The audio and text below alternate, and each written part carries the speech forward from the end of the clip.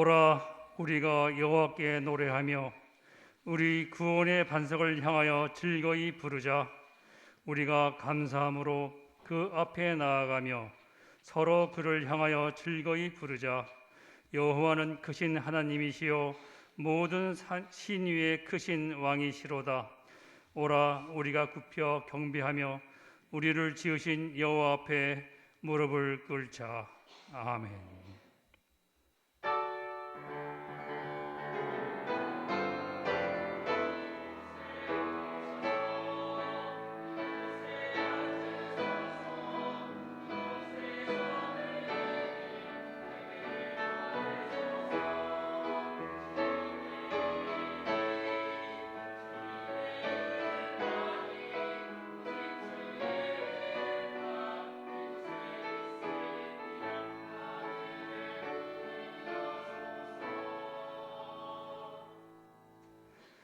전능하신 하나님 아버지, 지금까지 은혜로 저희들을 인도해 주심을 감사드립니다. 오늘 드려지는 감사의 예배를 영광으로 받아 주시옵소서. 신령과 진정으로 드려지는 예배가 될 수 있도록 성령님 이 시간 임재하여 주시옵소서. 우리 모두에게 임재하여 주실 줄 믿사옵고 예수님의 이름으로 기원합나이다. 아멘.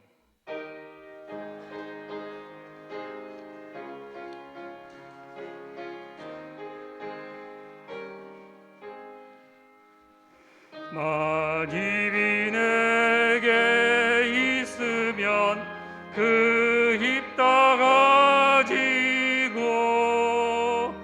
내 구주 주시는 정을 늘 찬송하겠네. 내 은혜로우신 하나님 날 도와주시고 그 크신 영광 널리 펴 날게 하소서. 내 주의 귀한 이름이 날 위로하시고 그 크신 영광 널리 펴 알게 하소서.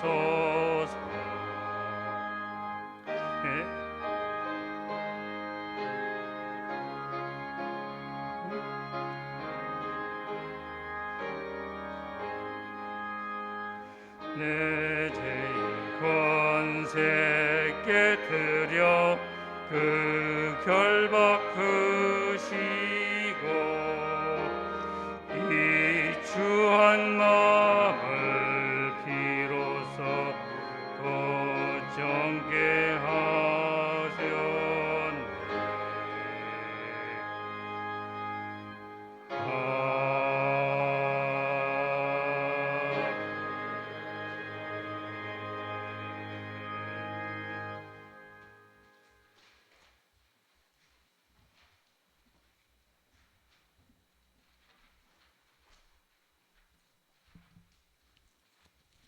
성시교도 제가 하겠습니다. 깜빡 잘못했어요. 성시교독 교독문 98번 어버지 주일입니다. 내 부모를 공경하라.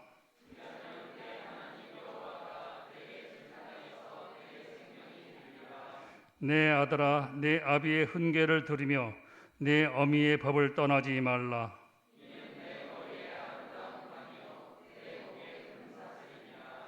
너를 낳은 아비에게 청종하고 내 늙은 어미를 경히 여기지 말라. 자녀들아, 주 안에서 너희 부모에게 순종하라. 이것이 옳으니라. 내 아버지와 내 어머니를 공경하라. 이것이 약속이 있는 첫 계명이니 이로써 내가 잘되고 땅에서 장수하리라. 아멘.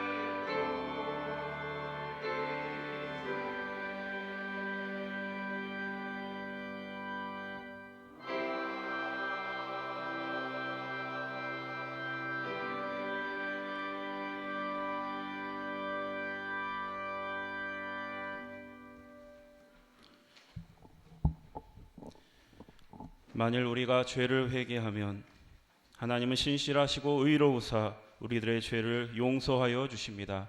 믿습니까? 이제 우리의 중심을 하시는 하나님께 진심으로 회개의 기도를 드립시다.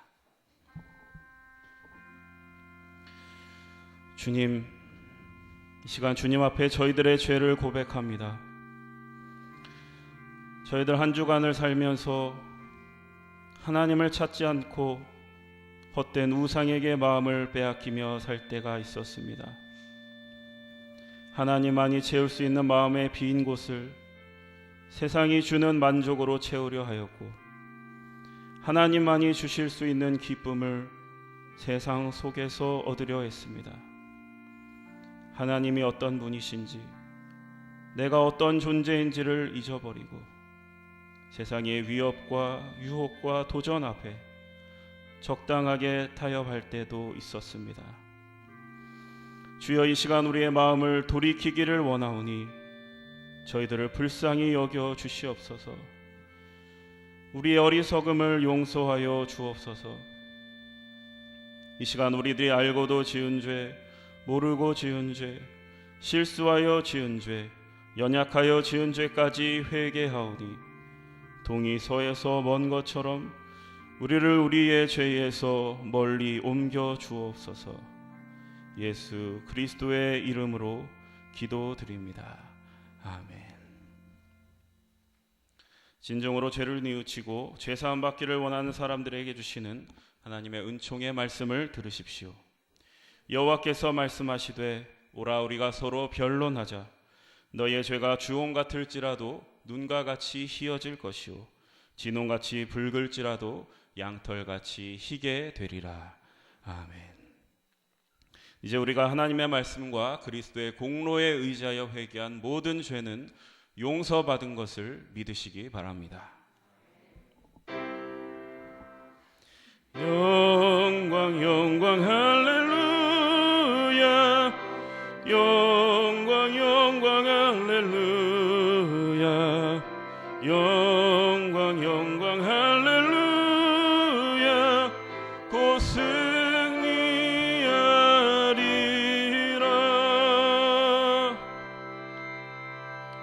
성도 여러분, 다 함께 사도신경의 말씀으로 신앙 고백하십시다. 전능하사 천지를 만드신 하나님 아버지를 내가 믿사오며 그 외아들 우리 주 예수 그리스도를 믿사오니 이는 성령으로 잉태하사 동정녀 마리아에게 나시고 본디오 빌라도에게 고난을 받으사 십자가에 못 박혀 죽으시고 장사한 지 사흘 만에 죽은 자 가운데서 다시 살아나시며 하늘에 오르사 전능하신 하나님 우편에 앉아 계시다가 저리로서 산 자와 죽은 자를 심판하러 오시리라. 성령을 믿사오며 거룩한 공예와 성도가 서로 교통하는 것과 죄를 사하여 주시는 것과 몸이 다시 사는 것과 영원히 사는 것을 믿사옵나이다. 아멘. 이제 우리를 구원하신 하나님께 할렐루야로 영광 올려드립시다. 할렐루야, 할렐루야. 그리스도의 평화가 여러분과 함께 하시기 바랍니다. 석교가족 여러분, 우리는 구원받은 하나님의 자녀들입니다. 옆에 있는 분들과 평화 인사를 나누십시오. 그리스도의 평화가 함께 하시기 바랍니다. 이 시간 다솔성가대의 찬양이 있은 후에 이종익 장로님께서 기도 인도해 주시겠습니다.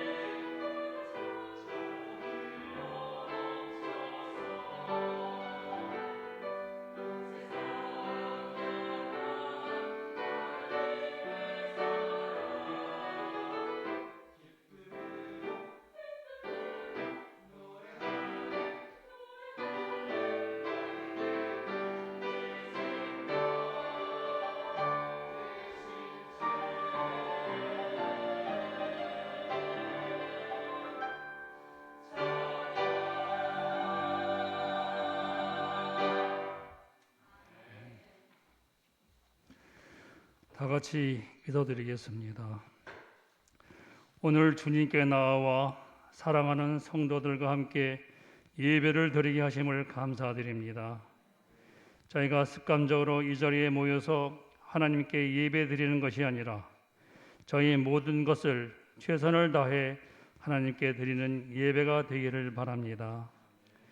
예수님께서 주여 주여 하는 자마다 천국에 들어갈 것이 아니요 다만 하늘에 계신 내 아버지의 뜻대로 행하는 자라야 들어가리라 하시면서 불법을 행하는 자들아 내게서 떠나라 하셨습니다. 주님, 불법이 무엇인가요? 자신의 많은 죄를 주님께 고하며 다시는 같은 죄를 짓지 않는 회개를 하지도 않고 또 남을 용서하지도 않으며 죄를 행하면서 예수님을 믿으니 스스로 구원받았다고 좁은 길로 가는 척하는 것이 불법인가요? 저에게 가르쳐 주시고 지혜의 영을 내리사 하나님의 뜻을 잘 분간할 수 있어서 항상 하나님 편에 서게 하옵소서. 저희는 예수님께서 하나님의 창조물인 인간이 사탄에게 받은 자존심 때문에 이웃에게 용서를 못함으로 죄에서 벗어나지 못하는 것을 아시고 하나님 앞에서 예수님이 자존심을 버리시는 것을 가르쳐 주시기 위해 십자가에 달리신 것을 항상 기억하며 하나님 앞에서 자존심을 비우고 가난한 심령으로 겸손한 마음으로 예배드릴 수 있도록 성령님 도와주옵소서. 코로나가 끝나고 성도가 함께 모여 사랑하며 찬양하는 예배가 속히 회복되기를 바랍니다. 교회에 많은 환우들이 있습니다.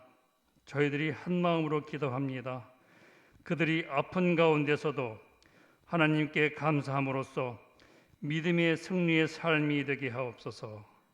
단에선 주의 종에게 성령으로 인도하옵소서.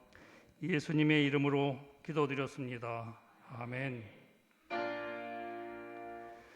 하늘에 계신 아버지 이름 거룩하사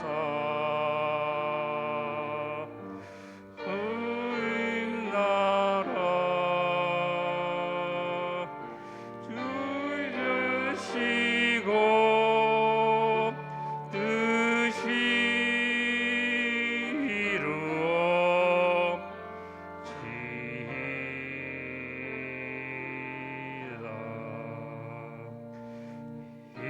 일용할 양식 주시고 우리들의 진죄 다 용서하시며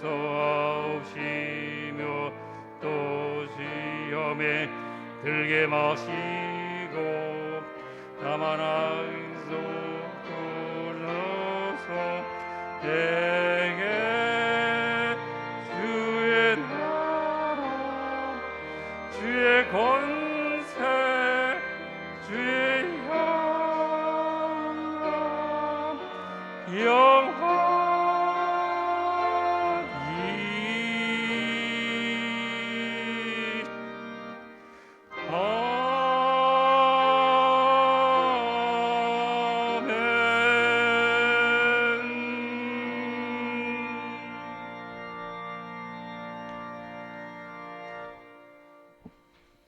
이제 마음과 뜻과 정성을 다하여 준비한 예물을 드립시다.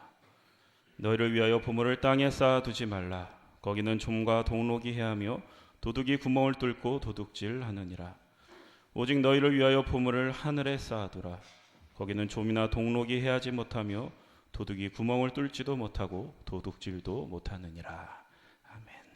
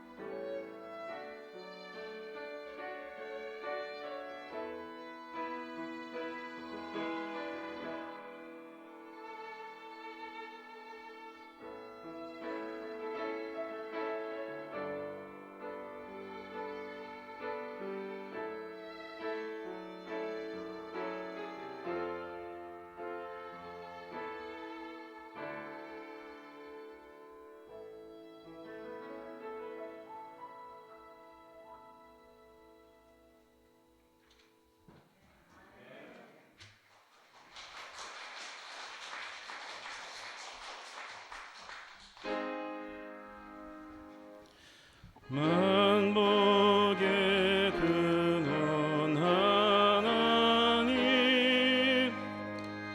온 백성 찬송 드리고 찬송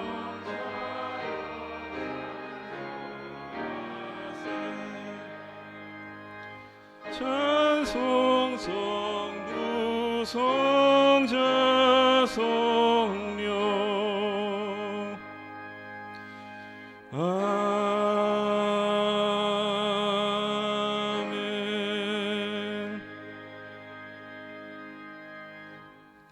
하나님 아버지, 이 시간 주님의 은혜에 감사하여 저의 마음과 뜻과 정성을 다해 예물을 드립니다. 주님께서 베푸신 은혜 너무나 커서 갚을 수 없지만 저희들 조금이나마 우리의 마음을 드리오니 주님 받아주시고 이 예물이 주님의 영광을 위하여 하나님 나라를 위하여 귀하게 쓰임받게 하옵소서. 10의 1조를 드립니다.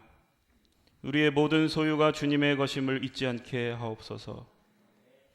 범사에 감사하여 드린 예물을 통하여 저희들의 일상의 감사와 기쁨이 더욱 충만케 하시고 선교 헌금을 통하여 하나님의 나라가 확장되고 복음의 기쁨이 땅끝까지 전해지게 하옵소서.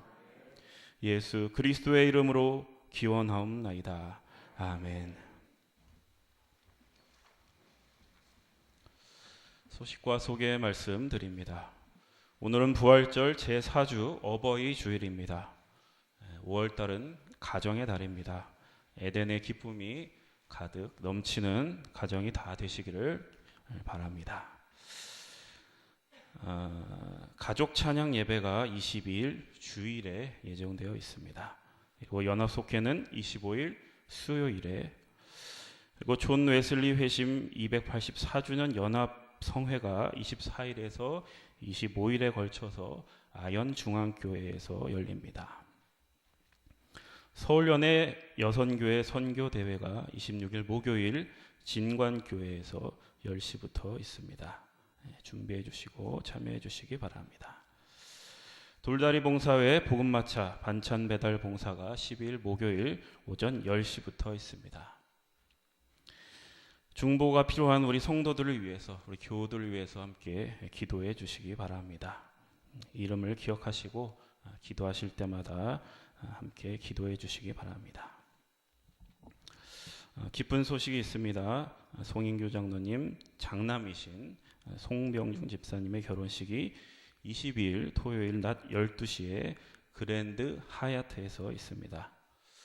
아까 봉헌 시간에 아름다운 바이올린 연주를 들려주신 분이 바로 송병준 집사님의 신부 되시는 윤세지 성도님이십니다. 지금 과천 시립교향악단에 소속되어 계십니다. 우리 두 분 잠깐 일어나시고 우리 환영과 또 축복의 박수를 보냅시다. 네, 축복하고 환영합니다. 네, 감사합니다. 찬송가 579장 부르겠습니다.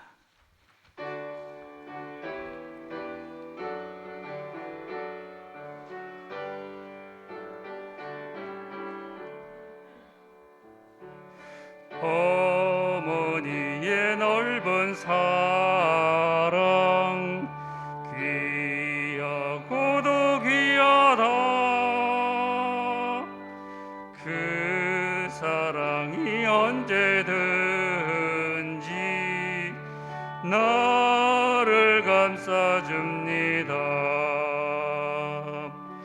내가 울 때 어머니는 주께 기도드리고 내가 기뻐 웃을 때에 찬송 부르십니다. 아침 저녁 읽으시던 어머니의 성경책 손때 남은 구절마다 그런 듯합니다. 내가 믿는 어우든지 영생함을 얻으리. 들려준 귀한 말씀 이제 힘이 됩니다. 홀로 누워 괴로울 때 헤매다가 지칠 때 부르시던 찬송 소리 귀에 살아옵니다. 반 속에서 샘물 나고 황무지에 꽃피니 예수님과 동행하면 두려울 것 없어라.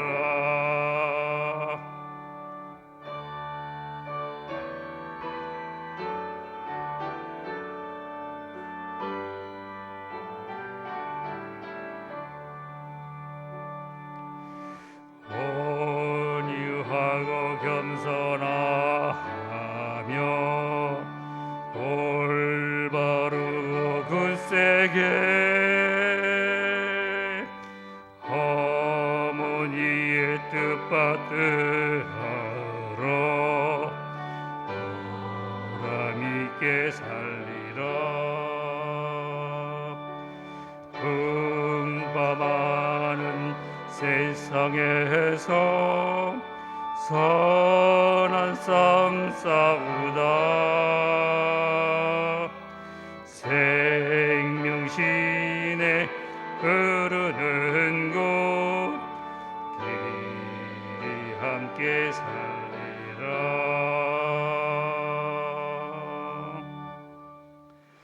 오늘 우리에게 주시는 하나님의 말씀 이사야서 64장 5에서 9절 말씀을 들으십시오. 이는 만군의 여호와 하나님의 말씀입니다.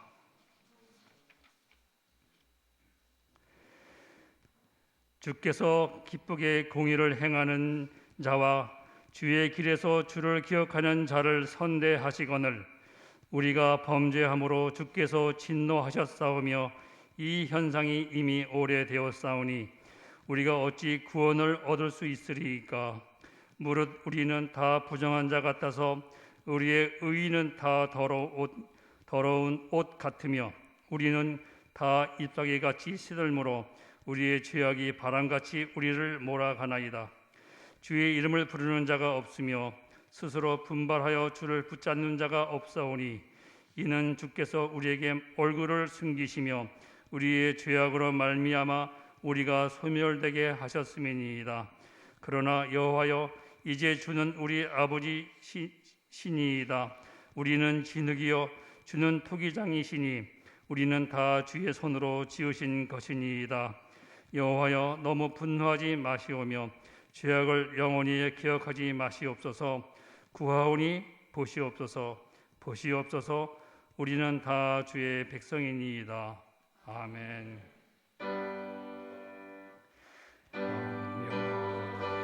여우리 성경 읽을 때 그 속에서 빛을 보게 하소서.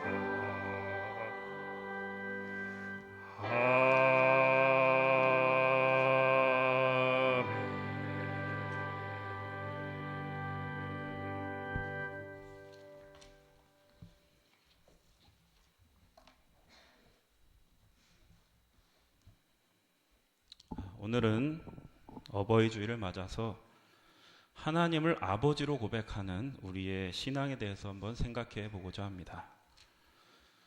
하나님 아버지라는 말은 우리에게 매우 익숙한 말입니다. 우리가 예수 하면은 그리스도라는 말이 바로 따라 붙듯이 하나님 하면 이제 아버지란 말이 자연스럽게 따라 붙습니다. 근데 이 말이 우리에게 너무 익숙하고 또 그게 너무 당연하게 느껴지다 보니까 오히려 그 고백이 지닌 그 깊은 의미를 우리가 좀 놓치고 사는 게 아닌가, 그런 생각이 들었습니다. 마치 우리가 늘 함께 살아가는 그 가족들이 얼마나 소중한지를 우리가 놓치고 사는 것처럼 하나님을 아버지라고 부를 수 있다는 것이 얼마나 놀라운 일인가. 또 우리가 하나님의 자녀로 산다는 것이 또 얼마나 영광된 일인가에 대해서 오늘 이 말씀을 통해서 함께 나누고자 합니다. 우리 8절 말씀 다 함께 봉독합니다. 그러나 여호와여, 이제 주는 우리 아버지시니이다. 우리는 진흙이요 주는 토기장이시니 우리는 다 주의 손으로 지으신 것이니이다. 아멘. 이 말씀에서 보는 바와 같이 우리가 하나님을 아버지라고 부르는 근거가 무엇입니까? 그것은 바로 하나님이 우리를 손수 지으신 토기장이시다라는 데에 있습니다. 여러분들 잘 아시는 창세기 말씀에 보면 인간의 본질이 원래 진흙이었다고 얘기합니다. 그런데 우리 하나님께서 그 진흙으로 사람을 지으시고 생기를 그 코에 불어넣으시자 사람이 생명이 되었다. 사람이 생명이 되었다라고 말씀하고 있습니다. 그래서 우리가 하나님을 아버지라고 고백하고 아버지라고 부른다는 것은 우리를 만드신, 우리를 지으신 제작자를 향해 부르짖는 것과 같습니다. 우리가 하나님 아버지 이렇게 부를 때는 지음받은 존재로서, 지음받은 존재의 자격으로 나를 지은 존재를 부르는 것입니다. 근데 이 부름은 어떤 효과가 있냐면 창조주로 하여금, 나를 지은 존재로 하여금 그 피조물에 대한 강한 책임감을 피력하는, 강한 책임감을 불러일으키는 그러한 효과가 있습니다. 여러분, 철없는 자식들이 부모에게 하는 그 최후의 협박이 무엇인지 아십니까? 이럴 거면 왜 나를 낳았어? 이럴 거면 왜 나를 낳았어? 저도 이제 몇 개월 후면 이제 아이를 출산하게 되는데 나중에 제가 아이를 낳아서 커서 나한테 이럴 거면 왜 나를 낳았어? 이렇게 얘기하면은 어떨까? 벌써부터 아주 조마조마합니다. 이럴 거면 왜 나를 낳았어? 사실 이런 말들은 굉장히 철이 없고 못난 말들이지만 사실 따지고 보면 이런 말들은 부모가 있기 때문에, 부모가 있는 사람만이 할 수 있는 말입니다. 당신이 나를 낳았는데 그냥 이렇게 두고만 보실 겁니까? 당신이 나를 짓고 당신이 나를 만들지 않았습니까? 협박 아닌 협박입니다. 그런데 우리가 그 이면에 보면 단순한 협박이 아니라 그 밑에 깔린 것은 뭐냐면 나를 지으신 분에 대한, 부모에 대한 강력한 신뢰가 없으면 그런 말을 할 수가 없다라는 겁니다. 정말 가슴 아픈 얘기지만 이 고아들, 부모가 없는 고아들은 굉장히 일찍 처리된다고 합니다. 눈치도 다른 아이들보다 굉장히 빠르고 그리고 도통 다른 아이들처럼 울지를 않는답니다. 왜 그러냐 하니까 부모가 없으니까 어차피 내가 울어봤자 달라지는 것은 아무것도 없고 아무런 소용이 없다는 것을 고아들은 일찍 깨닫기 때문이라는 겁니다. 여러분, 우는 것은, 부모의 이름을 부를 수 있는 것은 부모가 있는 사람들만이 할 수 있는 특권입니다. 부모가 있는 아이만 울 수 있고 부모의 이름을 부르면서 부르짖을 수 있는 것입니다. 그런데 지금 이사야가 보니까 이 이스라엘 백성들이 꼭 이런 고아처럼 굴고 있다라는 겁니다. 근데 문제는 진짜 그들이 부모가 없는 고아여서가 아니라 부모가 버젓이 살아있는데, 부모가 버젓이 시퍼렇게 살아있는데 마치 고아처럼 살고 있다라고 얘기하고 있습니다. 7절 말씀 한번 보십시오. 주의 이름을 부르는 자가 없으며 스스로 분발하여 주를 붙잡는 자가 없사오니 이는 주께서 우리에게 얼굴을 숨기시며 우리의 죄악으로 말미암아 우리가 소멸되게 하셨음이니이다. 주의 이름을 부르는 자도 없고 주를 붙잡는 자도 없습니다. 그러니까 하나님에 대한 어떠한 기대도 없는 겁니다. 모든 것을 체념하고 그냥 하루하루를 살아가는 이스라엘들의 모습입니다. 그런데 우리가 왜 이스라엘 백성들이 이런 상태가 되었는가를 알려면 이제 좀 역사적인 배경을 좀 알아야 됩니다. 오늘 본문의 역사적인 배경은 바벨론의 포로에서 이 고국으로 귀환했던 사람들이 살아야 했던 현실입니다. 하나님께서 은혜로 그 포로로부터 해방시켜 주시고 그들이 얼마나 그 부푼 기대를 가지고 고국으로 돌아왔겠습니까? 그런데 돌아온 그들에게 기다리고 있었던 것은 그들이 꿈꾸고 기대한 것과는 너무나 다른, 너무나 고단한 현실이었습니다.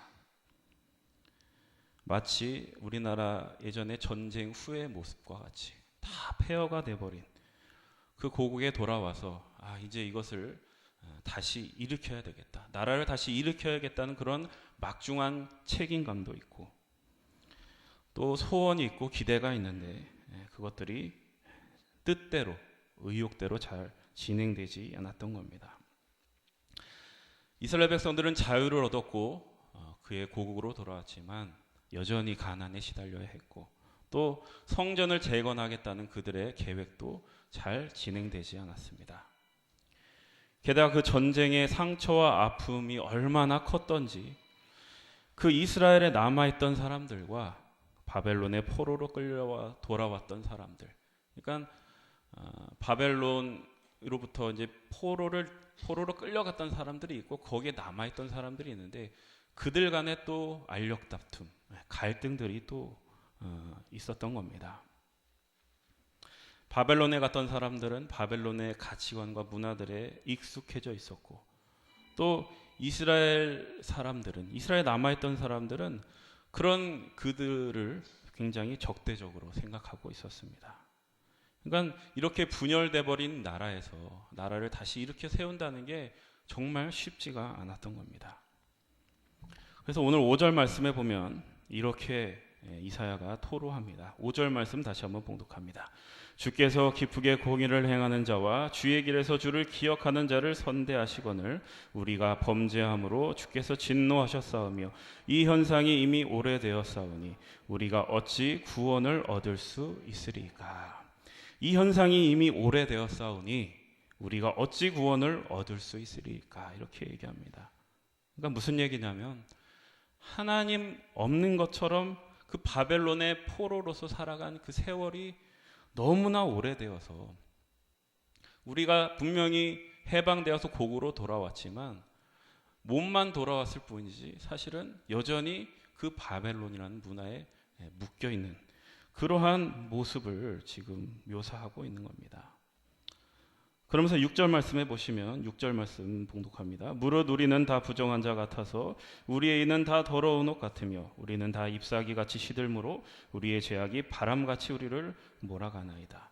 우리는 다 부정한 자 같다. 우리의 의는 다 더러운 옷과 같다. 우리의 죄악이 바람같이 우리를 몰아간다. 그러니까 우리의 힘으로는 안 된다. 우리의 힘으로는 도저히 이 어려움에서 빠져나갈 방법이 없다라는 한계 선언인 겁니다. 우리 안에서는 어떻게 해볼 도리가 없고 외부에서 우리를 도와주지 않으면 어떠한 개입이 없으면 도저히 이 상황을 뚫고 나갈 수 없다라는 한계 선언입니다. 그런데 이스라엘은 뭐냐면 7절에서 주의 이름을 부르는 자도 없고 스스로 분발하여 주를 붙잡는 자도 없다. 하나님의 그 놀라우신 은혜를 체험했습니다. 바벨론의 포로에서 우리를 회복시켜 주신 은혜를. 그런데 현실에 돌아와 보니 그 은혜가 우리의 현실을 전부 다 해결시켜 주지는 못하더라는 겁니다. 그래서 그들은 체념해 버리고 포기해 버린 겁니다. 은혜를 받으나 안 받으나, 하나님께서 약속을 지키시나 안 지키시나, 고단한 우리의 현실은 하나도 달라질 게 없구나. 그래서 7절 하반절 말씀에 보면은 이 말씀을 이제 공동 번역에서 보면 이렇게 실감나게 표현합니다. 하나님께서 우리를 외면하심으로 우리는 각자 자기의 죄에 깔려 쓰러져 가고 있습니다. 하나님이 외면하시기에, 하나님이 숨어 계시기에 인간은 각자 자기의 죄에 깔려서 지금 자멸해 가고 있다라는 얘기입니다. 근데 이 얘기가 마치 하나님께 책임을 떠넘기는 것처럼 좀 보일 수 있지만, 사실 지금 하나님이 잘못이냐 우리가 잘못이냐 잘잘못을 따지지 않는 얘기가 아니라, 지금 여기서 하고자 하는 얘기는 하나님 외에 누가 이러한 상황에서 우리를 꺼내줄 수 있겠는가 하는 그런 얘기를 하고 있는 겁니다. 그러니까 이러한 현실 속에서 하나님이 움직이시지 않으면 우리에게는 결코 살 길이 없다라고 하는 처절한 비명을 지금 부르짖고 있는 겁니다. 우리 안에는 거룩한 소원이 있습니다. 하나님의 뜻대로 살고 싶은, 하나님의 나라를 이루고 싶은 거룩한 소원이 있지만 그게 뜻대로 되지 않는 그런 안타까운 현실. 그래서 사도 바울은 이러한 고백을 했습니다. 내가 원하는 바 선은 행하지 아니하고 도리어 원하지 않는 바 악을 행하는도다. 오라 나는 곤고한 사람이로다. 이 사망의 몸에서 누가 나를 건져내랴. 여러분, 사실 이러한 부르짖음이 이들에게만 있는 것은 아닙니다. 바로 우리들의 현실이기도 합니다. 그래서 이사야는 이러한 현실 속에서 지금 하나님께 부르짖고 있습니다. 우리 8절 말씀 다시 한번 봉독합니다. 그러나 여호와여, 이제 주는 우리 아버지시니이다. 우리는 진흙이요 주는 토기장이시니 우리는 다 주의 손으로 지으신 것이니이다. 오늘 본문은 회개로 시작해서 하나님 아버지를 향한 이사야의 간곡한 탄원으로 이어집니다. 여러분, 이 탄원이라는 것은 마치 아이들이 부모 앞에서 우는 것과 같습니다. 그러니까 아이들이 우는 것은 왜 우냐면 부모의 도움을 받을 수 있을 거라는 그런 강력한 신뢰가 깔려 있기 때문에 그렇습니다. 만약 내가 아무리 울어도 아무런 도움을 받지 못한다, 부모에게 아무런 도움을 받지 못한다, 그러면 더 이상 그 아이는 부모 앞에서 울지 않을 겁니다. 그래서 이처럼 이사야가 하나님을 아버지라고 부를 수 있는 것도 하나님이 더 이상 이스라엘을 외면할 수 없으리라는 그런 강력한 신뢰가 깔려 있습니다. 그래서 이사야가 어떻게 보면 지금 생떼를 부리는데 9절 말씀해 보십시오. 9절 말씀 봉독합니다. 여호와여, 너무 분노하지 마시오며 죄악을 영원히 기억하지 마시옵소서. 구하오니 보시옵소서, 보시옵소서. 우리는 다 주의 백성이니이다. 지금은 하나님께서 분노하고 계시지만 저는 결국엔 하나님이 이스라엘을 외면하지 못하시라는 것을 압니다. 하나님이 아무리 우리가 미워도 우리는 하나님의 백성 아닙니까? 우리가 아무리 못났어도 하나님의 자녀들 아닙니까? 지금 이스라엘 백성들을 대표해서 이렇게 말하는 것입니다.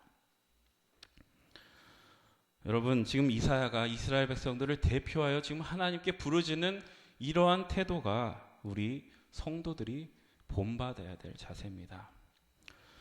여러분, 우리가 세상에서 거룩하게 부르심을 받았다라는 것은 하나님과 세상 사이에서 중보자로 살아간다라는 겁니다. 우리는 세상 사람들보다 하나님 아버지를 먼저 아는 자들로, 먼저 그 아버지로부터 부름을 받은 자들로 하나님과 세상을 화해시키는 일로 부름을 받았습니다. 그리고 우리보다 앞서 예수 그리스도께서 바로 그 중보자로서 살아가셨습니다. 그리고 예수님은 하나님과 인간을 화해시키기 위해서 십자가로 기꺼이 걸어가셨습니다. 여러분, 바로 이 길이 우리 성도들이 따라가야 될 길입니다. 마치 부모 없는 고아처럼 살아가는 세상을 멸시하면서 우리는 너희들과 다르다, 우리는 세상과 다르다, 이렇게 말하는 것으로 우리가 가진 책임을 다했다, 대신했다라고 생각하면 안 됩니다. 우리는 지금 이사야가 이스라엘 백성들을 대표하여 하나님께 중보하고 있는 것처럼 하나님 아버지를 부르면서 세상을 불쌍히 여겨달라고, 세상을 긍휼히 여겨달라고 중보하는 것처럼 우리도 그러한 사람으로 살아야 됩니다. 그리고 세상을 향하여는 끊임없이 하나님이 어떠한 분이신지, 하나님이 우리의 아버지가 되신다는 것이 얼마나 놀라운 일인지를 우리는 끊임없이 증거해야 됩니다. 여러분, 이것이 우리에게 맡겨진 일입니다.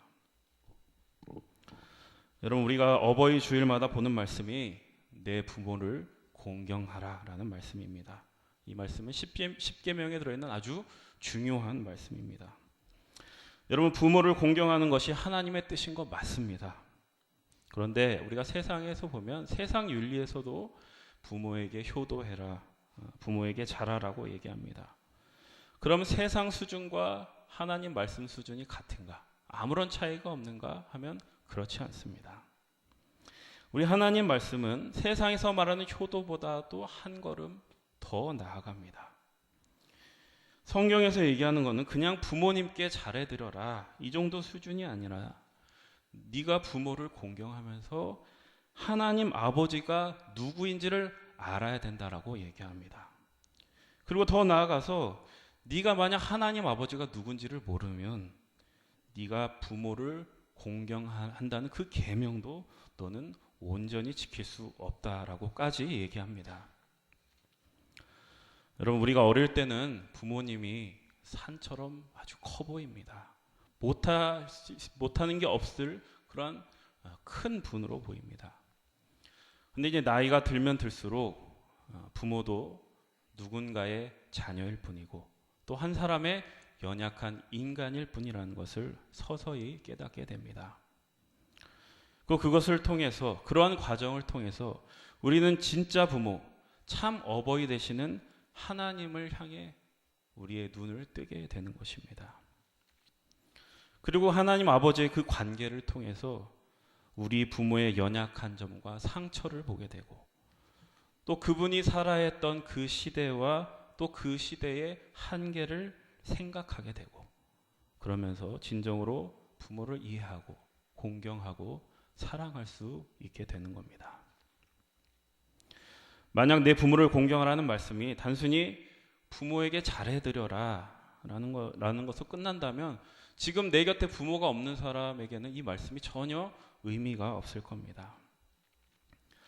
그러나 이 말씀은 부모가 있는 사람이나 부모가 없는 사람이나 심지어 고아로 태어난 사람이나 부모가 훌륭한 사람이나 부모가 훌륭하지 못하고 부모 같지도 않은 부모를 가지고 있는 사람에게조차도 모두 의미 있는 말씀입니다.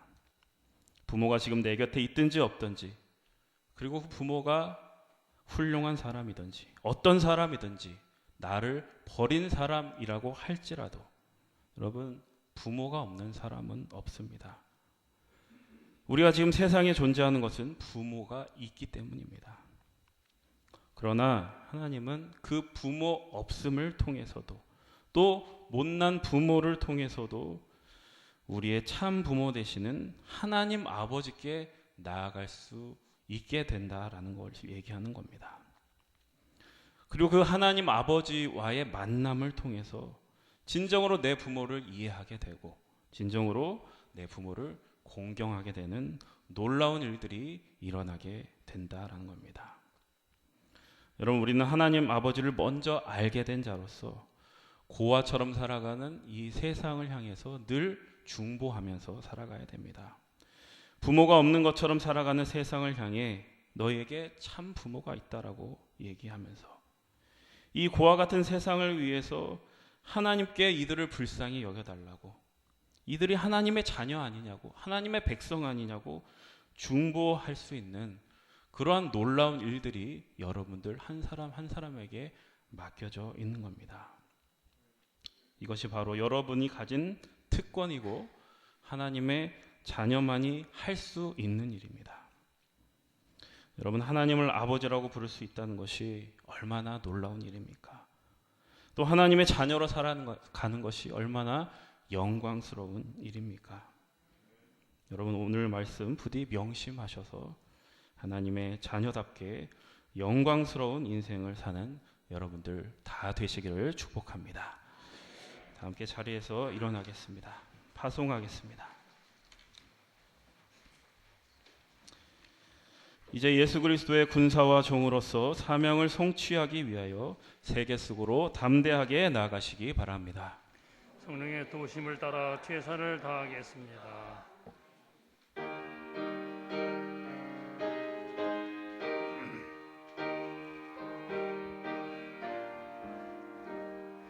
주와 같이 길 가는 것 즐거운 일 아닌가. 우리 주님 걸어가신 발자취를 밟겠네. 한 걸음 한 걸음 주 예수와 함께 날마다 날마다 우리 걸어가리. 어린아이 같은 우리 미련하고 약하나 주의 손에 이끌리어 생명길로 가겠네. 한 걸음 한 걸음 주 예수와 함께 날마다 날마다 우리 걸어가리. 꽃이 피는 들판이나 험한 골짜기라도 주가 인도하는 대로 주와 같이 가겠네.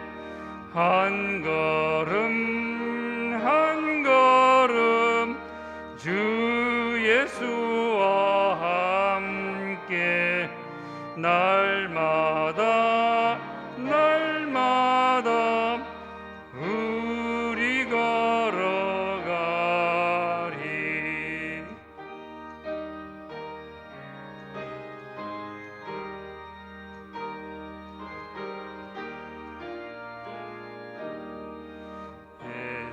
선지자 에녹같이 우리들도 천국에 들려 올라갈 때까지 주와 같이 걷겠네. 한 걸음 한 걸음 주 예수와 함께 날마다 날마다 우리 걸어가리.